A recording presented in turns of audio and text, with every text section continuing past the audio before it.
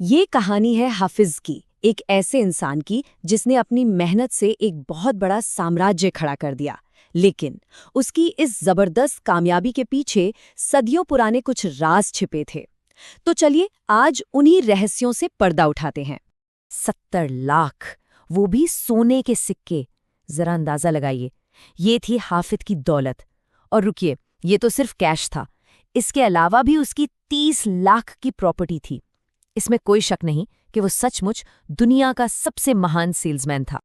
लेकिन फिर एक सवाल दिमाग में आता है ना, कि इतना अमीर होने के बाद कोई अपनी सारी दौलत दान क्यों कर देगा?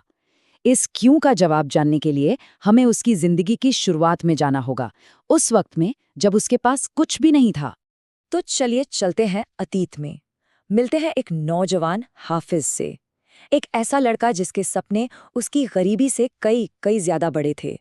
तो देखिए, हाफिज था तो सिर्फ एक मामूली सा ऊंट चराने वाला लड़का, लेकिन उसकी आंखों में सपने बहुत बड़े थे। वो बनना चाहता था दुनिया का सबसे महान सेल्समैन। जानते हैं क्यों? ताकि वो उस लड़की से शादी कर सके जिससे वो बेइंतहा मोहब्बत करता था। सीधी सी बात है, वो अपनी गरीबी और इस लाचारी भरी जिंदगी से तंग आ चुका था। उसका बस एक ही सपना था, अपने मालिक से भी ज्यादा कामयाब होना। तो एक दिन उसने हिम्मत जुटाई और अपने अमीर मालिक पाथरोस के पास जाकर एक मौका मांगा। पाथरोस ने उस नौजवान की आंखों में कुछ तो देखा, एक अलग ही आग, एक चमक थी। और फिर उसने उसे एक ऐसा काम देने का फैसला किया जो कह सकते हैं कि लगभग नामुमकिन था। और यहीं से हाफिज का सफर शुरू होता है, लेकिन किसी सामान को बेचने से नहीं, बल्कि एक ऐसी परीक्षा से जो उसके पूरे वजूद को, उसके कैरेक्टर को परखने वाली थी। उसे भेजा गया बेथलेहम, एक बहुत ही गरीब शहर। और काम क्या था? एक महंगा शानदार लाल चोगा बेचना। अब सोचिए, एक ऐसी जगह जहां लोगों के पास 2 वक्त की रोटी के पैसे नहीं, वहां इतना महंगा चोगा कौन खरीदेगा? नतीजा, 4 दिन, पूरे 4 दिन तक उसे सिर्फ नाकामी मिली। लोगों ने दरवाजे बंद किए, मजाक उड़ाया। और इस लगातार नाकामी ने उसे अंदर से तोड़ दिया। उसके दिमाग में बस यही सवाल घूम रहे थे, लोग मेरे सुनते क्यों नहीं? आखिर क्यों मेरे मुंह पर दरवाजा बंद कर देते हैं? क्या मैं सच में इतना नाकारा हूं? क्या मेरी किस्मत में हमेशा ऊंट चराना ही लिखा है? ये वो सवाल थे जो उसे हार मानने की कगार पर ले आए थे। फिर आई वो आखिरी रात। वो पूरी तरह हार चुका था, बिल्कुल टूटा हुआ। तभी उसकी नजर एक ठंडी अंधेरी गुफा में एक परिवार पर पड़ी। वहां एक माँ थी और उसकी गोद में एक नवजात बच्चा। उस बच्चे को ठंड से कांपते हुए देखकर हाफिज का दिल पिघल गया। उसके सामने एक तरफ उसका सपना था और दूसरी तरफ एक मासूम की जान। उसने एक पल भी नहीं सोचा, अपना वो कीमती चोगा उठाया और उस बच्चे को ओढ़ा दिया। हाँ, उस पल में वो अपने मिशन में तो फेल हो गया, लेकिन उसे ये पता नहीं था कि उसने जिंदगी की एक बहुत बड़ी परीक्षा पास कर ली थी। अब सोचिए, जब वो खाली हाथ वापस लौटा होगा तो क्या हुआ होगा? पाथरोस गुस्सा नहीं हुआ, बल्कि वो मुस्कुराया। उसने कहा कि हाफिज का ये दया वाला काम, यही तो वो इशारा था जिसका वो सालों से इंतजार कर रहा था। अपने आखिरी वक्त में पाथरोस ने हाफिज को सोना, चांदी या जायदाद नहीं दी। उसने उसे दिया एक छोटा सा लकड़ी का संदूक और कहा कि इसके अंदर मेरी सारी दौलत, मेरी सारी कामयाबी का असली राज है। और वो राज क्या था? 10 पुराने ताड़पत्र। अब ये कोई मामूली कागज के टुकड़े नहीं थे। नहीं, ये तो कामयाबी का एक पूरा ब्लूप्रिंट थे। एक ऐसा नक्शा जो किसी के भी सोचने का तरीका बदल सकता था। हर एक ताड़पत्र में सिर्फ बेचने की कला नहीं थी, बल्कि जिंदगी में महान बनने का एक गहरा उसूल लिखा हुआ था। और इन उसूलों को अपनी जिंदगी में उतारने का तरीका वो भी बड़ा अनोखा था। करना बस ये था, एक बार में सिर्फ एक ताड़पत्र उठाओ, उसे दिन में 3 बार पढ़ो, सुबह उठते ही, फिर दोपहर में और आखिर में रात को सोने से ठीक पहले। और ये लगातार 30 दिनों तक करना था, तब तक जब तक कि वो बात दिमाग में बस न जाए, एक आदत न बन जाए। जैसे कि पहला ताड़पत्र, वो कहता था, आज मैं एक नई जिंदगी शुरू करूंगा। इसका मतलब था कि अपनी पुरानी नाकामियों को, अपनी गलतियों को पीछे छोड़ दो, एक नई शुरुआत करो। ठीक वैसे ही जैसे एक सांप अपनी पुरानी कैंचली उतार कर आगे बढ़ जाता है। एक और ताड़पत्र था जो सिखाता था, मैं तब तक डटा रहूंगा जब तक कामयाब नहीं हो जाता। मतलब लगे रहो, हार मत मानो। ये उसूल बताता था कि रास्ते में आने वाली हर मुश्किल, हर ठोकर, वो असल में नाकामी नहीं बल्कि कामयाबी की सीढ़ी का एक पायदान है। और बस इन्हीं उसूलों पर चलते चलते हाफिज ने अपनी पूरी की पूरी जिंदगी बदल डाली। उसी मामूली ऊंट चराने वाले लड़के ने एक बहुत बड़ा बिजनेस एम्पायर खड़ा कर दिया, और वो वही महान इंसान बन गया जिसकी बात हमने कहानी की शुरुआत में की थी। तो अब समझ आया, कहानी का चक्र अब पूरा होता है।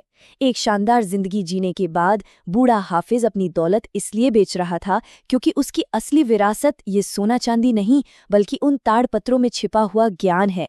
और अब वक्त आ गया था कि ये ज्ञान किसी नए काबिल इंसान तक पहुंचाया जाए। तो इस पूरी कहानी का सबसे बड़ा सबक क्या है? वो सबक जो बाथरोस से हाफिज तक पहुंचा और अब हम तक, वो ये है कि अगर जीतने की जिद हो, इरादा पक्का हो, तो फिर हारना नामुमकिन हो जाता है। और ये बात सिर्फ सामान बेचने पर लागू नहीं होती, ये तो जिंदगी के हर मैदान में जीतने का उसूल है। आज की इस गहरी चर्चा में हम एक बहुत ही कमाल के स्रोत पर बात करने वाले हैं। मतलब ये विषय है the greatest salesman in the world, यानी दुनिया का महान सेल्समैन। हाँ, ये नाम सुनते ही सबसे पहले दिमाग में आता है कि शायद ये कोई बिजनेस या मार्केटिंग की किताब होगी। बिल्कुल, मैंने भी शुरुआत में यही सोचा था। लेकिन हमारे पास life full of energy channel से लिया गया जो ऑडियो बुक ट्रांसक्रिप्ट है, वो एकदम अलग ही तस्वीर दिखाता है। सही बात है, ये आम किताबों की तरह नहीं है। तो हमारा मिशन आज बहुत स्पष्ट है।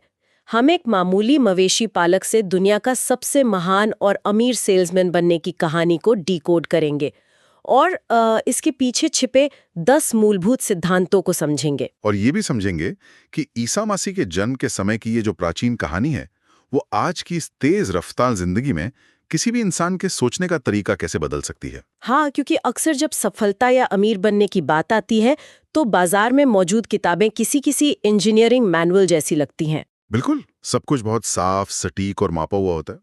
ऐसा लगता है कि बस किसी स्प्रेडशीट पर कोई फॉर्मूला लगाना है और सफलता मिल जाएगी। लेकिन ये स्रोत उस आधुनिक कैलकुलेटर वाली सोच को एकदम किनारे रख देता है। वो इसलिए क्योंकि ये बाहरी तकनीकों से ज्यादा इंसान के आंतरिक मनोविज्ञान पर प्रहार करता है। मतलब कहानी का जो मुख्य पात्र हाफिज, वो भले ही एक सेल्समैन है, लेकिन यहाँ सेल्स सिर्फ सामान बेचने तक सीमित नहीं है। अच्छा, तो ये किस चीज का प्रतीक है? ये असल में जीवन जीने की कला का प्रतीक है। मतलब देखा जाए तो हम सभी हर दिन कुछ ना कुछ बेच ही रहे हैं ना।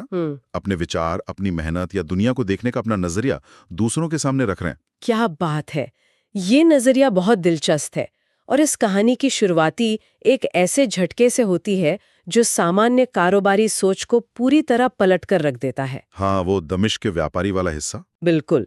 दमिश्क का एक बेहद अमीर और बूढ़ा व्यापारी है हाफिज। उसका व्यापारिक साम्राज्य इतना विशाल है कि उसके खजाने में 70 लाख से 1 करोड़ सोने के सिक्के हैं। बहुत बड़ी रकम है। और गोदाम दुनिया भर के कीमती सामानों से भरे पड़े हैं।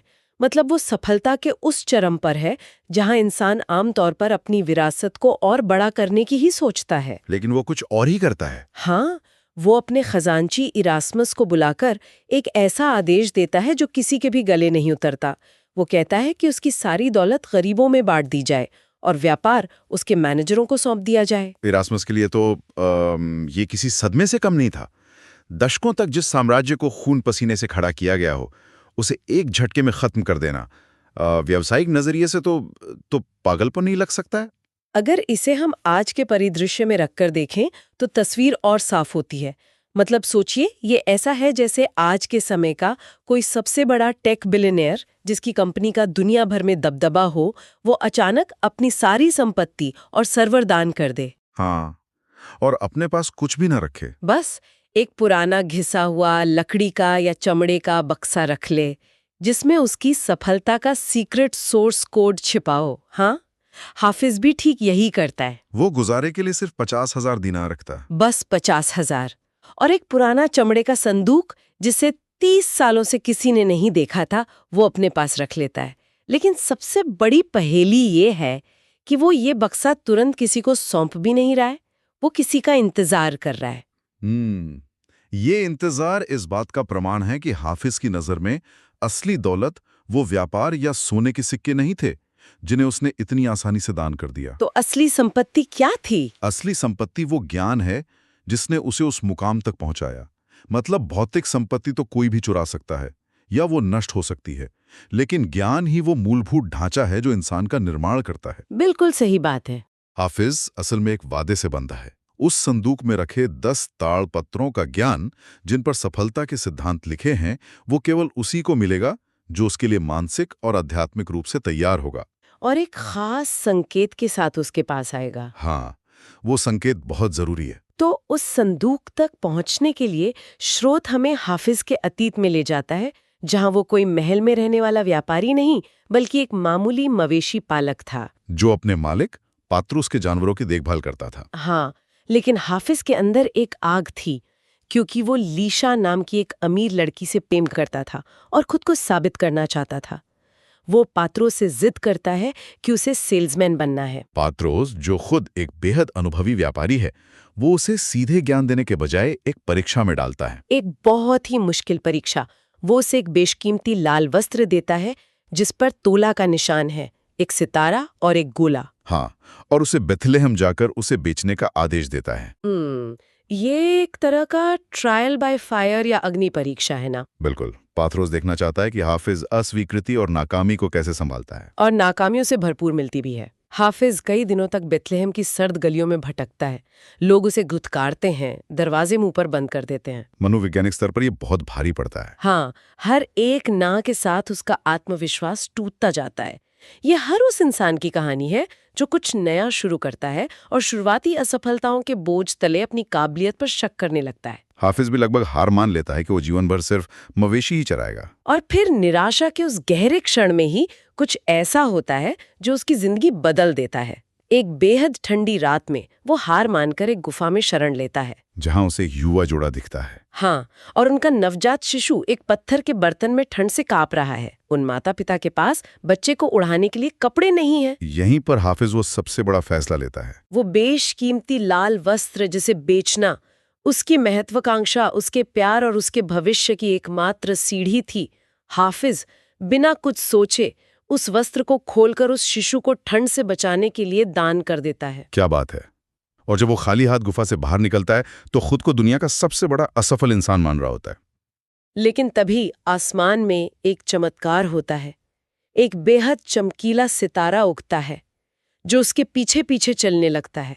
और जब हाफिज पात्रोस के पास लौटकर अपनी नाकामी की माफी मांगता है तो पात्रोस उस सितारे को देखकर पूरा माजरा समझ जाता है।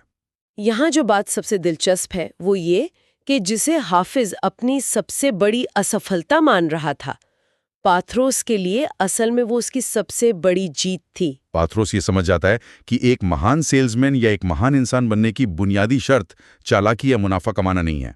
तो फिर क्या है? गहरी करुणा और इंसानियत।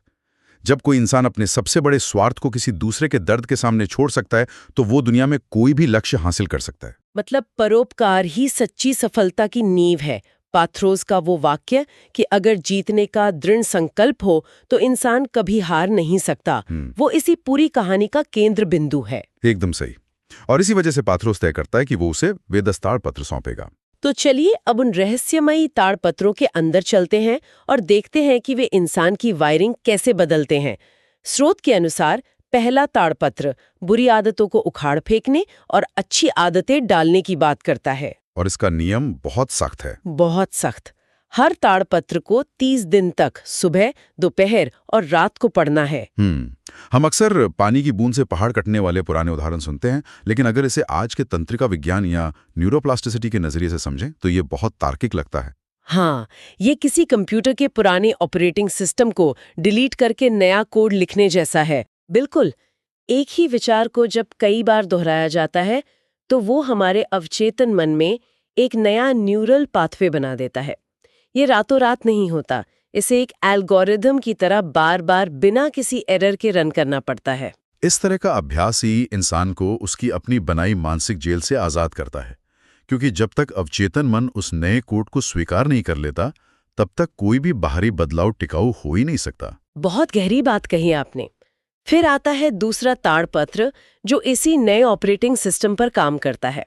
ये कहता है कि दिन की शुरुआत दिल में प्रेम भरकर करनी चाहिए। प्रेम को यहाँ एक ढाल और एक अस्त्र दोनों माना गया है। अगर हम इसे मानवीय व्यवहार के नजरिए से देखें तो ये समझ में आता है, जब कोई इंसान गुस्से या स्वार्थ के साथ किसी से बात करता है तो सामने वाले का दिमाग तुरंत खतरे का सिग्नल पकड़ लेता है और रक्षात्मक हो जाता है। वो अपने बचाव में आ जाते हैं। हाँ, लेकिन जब कोई पूरी तरह प्रेम और सहानुभूति से जुड़ता है तो मनोवैज्ञानिक सुरक्षा का एहसास होता है।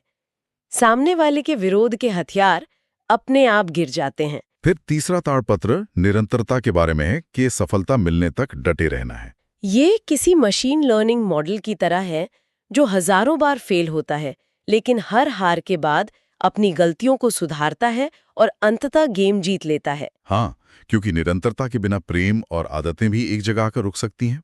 फिर आता है चौथा ताड़पत्र, जो इंसान को प्रकृति का सबसे महान चमत्कार मानने की बात करता है। और पांचवां ताड़पत्र निर्देश देता है कि आज के दिन को ऐसे जिया जाए जैसे वो जीवन का आखिरी दिन हो। ये दोनों ताड़पत्र इंसान के नजरिए को पूरी तरह बदल देते हैं। लेकिन यहाँ एक बहुत जरूरी सवाल उठता है, जो स्रोत को सुनते समय मेरे दिमाग में आया। अगर कोई हर सुबह उठकर खुद से कहे कि मैं प्रकृति का सबसे महान चमत्कार हूं, तो क्या ये गहरे अहंकार को जन्म नहीं देगा? ये उलझन बहुत स्वाभाविक है। क्या इससे इंसान खुद को दूसरों से श्रेष्ठ नहीं मानने लगेगा? और दूसरी बात, हर दिन को जीवन का आखिरी दिन मानने से तो इंसान भयंकर तनाव में आ जाएगा। ऐसा लगेगा जैसे कोई टाइम बॉम्ब टिक टिक कर रहा है और सब कुछ खत्म होने वाला है। मैं समझ सकता हूँ कि ये सुनने में कैसा लगता है, लेकिन स्रोत यहाँ अहंकार और विशिष्टता के बीच एक बहुत बारीक लकीर खींचता है। वो कैसे? चमत्कार मानने का अर्थ ये कतई नहीं है कि कोई इंसान दूसरों से श्रेष्ठ है। इसका अर्थ है अपनी अद्वितीय क्षमता या यूनिकनेस को स्वीकार करना। मतलब अपनी मूल पहचान को मानना। बिल्कुल। प्रकृति ने किसी भी दो इंसानों का डीएनए या सोचने का तरीका एक जैसा नहीं बनाया है। जब हम खुद को चमत्कार मानते हैं तो हम दूसरों की नकल करने की बीमारी से मुक्त हो जाते हैं। यह अहंकार नहीं, बल्कि अपनी क्षमता का सम्मान है। मतलब ये दूसरों को हराने के बारे में नहीं है, बल्कि अपने खुद के ब्लूप्रिंट को उसकी पूरी क्षमता तक ले जाने के बारे में है। एकदम सटीक। और जहां तक हर दिन को आखिरी दिन मानने से पैदा होने वाले तनाव का सवाल है, इसका उद्देश्य डर पैदा करना नहीं है। तो इसका विज्ञान क्या है? इसका असली विज्ञान है इंसान को अतीत के पछतावे और भविष्य की चिंता से पूरी तरह काट देना। जब कोई ये मान लेता है कि कल कभी नहीं आएगा, तो वो अपनी सारी मानसिक ऊर्जा और फोकस केवल वर्तमान या आज के काम में लगा देता है। अरे वाह, ये तो समय की बर्बादी को रोककर एक चरम स्तर की एकाग्रता पैदा करने का तरीका है। हाँ, और यही एकाग्रता इंसान को अगले पड़ाव के लिए तैयार करती है। जो अंतिम 5 ताड़पत्र हैं, वे विचारों को जमीन पर उतारने और भावनाओं को प्रबंधित करने पर केंद्रित हैं। छठा ताड़पत्र कहता है कि अपनी भावनाओं को काबू में रखना है। इसमें कहा गया है कि जैसे प्रकृति का मौसम बदलता है, वैसे ही इंसान के अंदर की भावनाएं बदलती हैं। लेकिन असली रहस्य ये है कि अपना सकारात्मक मौसम खुद साथ लेकर चलना है। इसे मनोविज्ञान में इमोशनल कॉन्टेजियन या भावनात्मक संचरण कहा जा सकता है।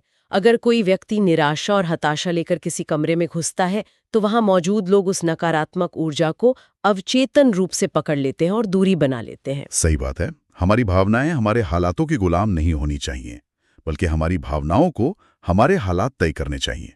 और इसी भावनात्मक संतुलन को बनाए रखने के लिए 7वां ताड़पत्र काम आता है, मैं दुनिया पर हंसूंगा। ये वक्त भी गुजर जाएगा का दर्शन। बिल्कुल। बुरा वक्त हो या बहुत बड़ी कामयाबी, ये दर्शन इंसान को चरम भावनाओं के भंवर में डूबने से बचाता है। विफलता में टूटने नहीं देता और भारी सफलता में ये घमंड से अंधा नहीं होने देता। क्योंकि हंसी एक ऐसा स्विच है जो दिमाग के तनाव को रीसेट कर देता है। इसके बाद 8वां ताड़पत्र एक बहुत ही शानदार रूपक सामने रखता है, अपने जीवन का मूल्य 100 गुना बढ़ाना। स्रोत इसमें गेहूं के दाने का उदाहरण देता है। हाँ, गेहूं के दाने को या तो जानवरों को खिलाया जा सकता है या बोरी में सुरक्षित रखा जा सकता है। लेकिन उसका असली मूल्य तब कई गुना बढ़ता है जब उसे मिट्टी के गहरे और घुप अंधेरे में बो दिया जाता है। मानव जीवन के लिए यह मिट्टी का अंधेरा क्या है? ये वे असहज स्थितियां हैं, वे चुनौतियां हैं जिनसे हम भागते हैं। जब तक इंसान खुद को मुश्किलों और संघर्ष की जमीन में नहीं रोपेगा, तब तक उसके अंदर छिपी असीम संभावनाएं बाहर नहीं आ सकती। बहुत उम्दा। सुरक्षित रहने से कोई मूल्य नहीं बढ़ता। और इसी मूल्य को बढ़ाने के लिए एक्शन या कर्म की जरूरत होती है, जो 9वें ताड़पत्र का केंद्र है। मैं आज ही और अभी काम शुरू करूंगा। हाँ, क्योंकि दुनिया की सबसे बेहतरीन योजनाएं बिना कर्म के पूरी तरह अर्थहीन है। इस कर्म के सिद्धांत को स्रोत पर बात करते हुए मेरे दिमाग में एक जुगनू का उदाहरण आता है। जुगनू का? वो कैसे? एक ही कोई कमाल की बात है कि एक जुगनू के अंदर चमकने की कितनी भी क्षमता क्यों न हो, वो रोशनी केवल तभी पैदा कर सकता है जब वो उड़ रहा होता है, मतलब जब वो एक्शन में होता है। अरे वाह, क्या उपमा दी आपने। अगर वो एक पत्ते पर चुपचाप बैठा रहे तो उसमें कोई रोशनी नहीं होती। इंसान का दिमाग भी ऐसा ही है। हम चाहे जितनी किताबें पढ़ लें, जितने बेहतरीन ब्लूप्रिंट बना लें, लेकिन जब तक कदम आगे नहीं बढ़ेंगे, सफलता की कोई रोशनी नहीं दिखाई देगी। सच में ये 9 ताड़पत्र इंसान के मनोविज्ञान, कर्म और भावनाओं का पूरा ढांचा तैयार करते हैं।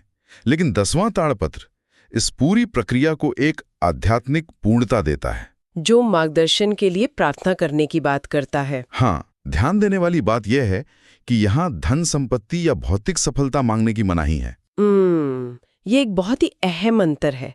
आमतौर पर प्रार्थनाओं में बाहरी चीजों की मांग होती है, लेकिन यहाँ केवल सही रास्ता देखने की क्षमता मांगी जा रही है। और ये इंसान के आंतरिक नियंत्रण या इंटरनल लोकस ऑफ कंट्रोल को मजबूत करता है। वो कैसे काम करता है? जब हम बाहर से चीजें मांगना बंद कर देते हैं तो हम ये स्वीकार कर लेते हैं कि बाहरी दुनिया पर हमारा कोई सीधा नियंत्रण नहीं है। हमारा नियंत्रण केवल इस बात पर है कि हम उन परिस्थितियों पर कैसी प्रतिक्रिया देते हैं। ये दर्शन इंसान को हर तरह की निर्भरता से मुक्त कर देता है। बहुत ही शक्तिशाली विचार है ये। तो इन 10 सिद्धांतों को अपने जीवन में उतारने के बाद हाफिज दुनिया का सबसे महान सेल्समैन बनता है, और फिर दशकों बाद बूढ़ा होने पर वो अपना सारा साम्राज्य बांटकर उस संकेत का इंतजार करने लगता है। और यहीं पर इस स्रोत की कहानी अपना चक्र पूरा करती है। हाँ, कई सालों के लंबे इंतजार के बाद दमिश्क में हाफिज के महल के बाहर एक थका हुआ फटेहाल अजनबी आता है। उसका नाम पॉल है। स्रोत इस घटना का जो विवरण देता है वो किसी भी धार्मिक पक्षपात से परे विशुद्ध रूप से एक ऐतिहासिक और मानवीय घटना की तरह पेश किया गया है। बिल्कुल। पॉल अंदर आकर अपनी कहानी सुनाता है कि कैसे उसे एक ईश्वरीय आवाज सुनाई दी जिससे उसका हृदय परिवर्तन हुआ और उसे दमिश्क में दुनिया के सबसे महान सेल्समैन को खोजने का निर्देश मिला। पॉल के पास दुनिया को देने के लिए एक बहुत बड़ा संदेश था, लेकिन उसे ये नहीं पता था कि उस संदेश को लोगों तक कैसे पहुंचाया जाए। उसे कैसे मार्गदर्शन की जरूरत थी जो इंसानी मनोविज्ञान और दिलों तक पहुंचने की कला जानता हो। लेकिन हाफिज को ये कैसे पता चलता है कि पॉल ही वो सही व्यक्ति है? इसका जवाब पॉल के झोले में था। हाँ, वो लाल वस्त्र। पॉल अपने झोले से एक लाल वस्त्र निकालता है जिस पर खून के निशान है। वो बताता है कि यह वस्त्र ईसा मसीह का है। लेकिन जब हाफिज उस वस्त्र को देखता है तो उसकी नजरें उस पर बने एक छोटे से निशान पर ठहर जाती है। एक सितारा और एक गोला, तोला का निशान। हाफिज का पूरा शरीर कांपने लगता है। उसे तुरंत सब समझ आ जाता है। यह अतीत के उस क्षण की गूंज थी जब दशकों पहले बेथलेहेम की उस सर्द गुफा में हाफिज ने एक मवेशी पालक के रूप में वो लाल वस्त्र एक नवजात शिशु को ओढ़ाया था। हाफिज समझ जाता है कि वो नवजात शिशु और कोई नहीं बल्कि ईसा मसीह ही थे, और पॉल वही इंसान है जो उनके संदेश को आगे ले जाने वाला है। और फिर हाफिज तुरंत अपने खजांची को वो रहस्यमयी संदूक लाने का आदेश देता है ताकि वे 10 ताड़पत्र पॉल को सौंपे जा सकें।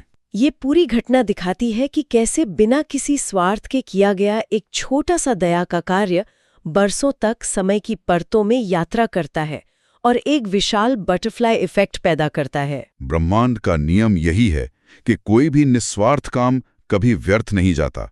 वो ऊर्जा अपना चक्र पूरा करती है और वापस लौटकर इंसान के जीवन को एक ऐसा अर्थ देती है जिसकी उसने कभी कल्पना भी नहीं की होती। बिल्कुल।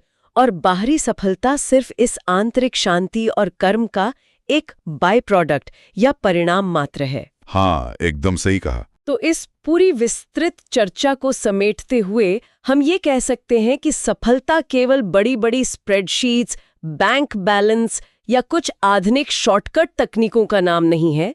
ये उन गहरी आदतों, उस प्रेम, निरंतरता और उस निस्वार्थ कर्म की उपज है जो इंसान के अवचेतन मन में रची बसी होती है और जिसे बनने में समय लगता है। हाँ, समय लगता है।